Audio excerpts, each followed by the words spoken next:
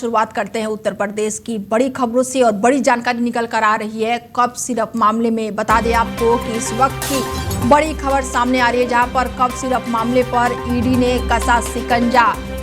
बड़ी जानकारी दे दें कि कोडिन युक्त कफ सिरप सिंडिकेट मामले पर शिकंजा कसा है। बड़ी जानकारी आपको दे दें कि ईडी ने जांच के दायरे में 6 राज्यों तक बढ़ा दिया है और ऐसे में कोडिन युक्त कफ सिरप सिंडिकेट मामले पर ईडी ने शिकंजा कस दिया है। बता दें कि ईडी ने जांच का दायरा 6 राज्यों तक बढ़ा दिया है, जिसके चलते यूपी, एमपी, हरियाणा, उत्तराखंड और साथ ही हिमाचल, झारखंड में जांच होगी। तो वहीं ईडी ने एफएसडीए से भी की गई कार्रवाई को पूरा ब्यौरा मांगा है और ऐसे में इसमें जो है एफएसडीए के अधिकारियों की भूमिका भी सामने आ रही है। बता दें कि जल्द ही इस मामले में बड़ा खुलासा हो सकता है।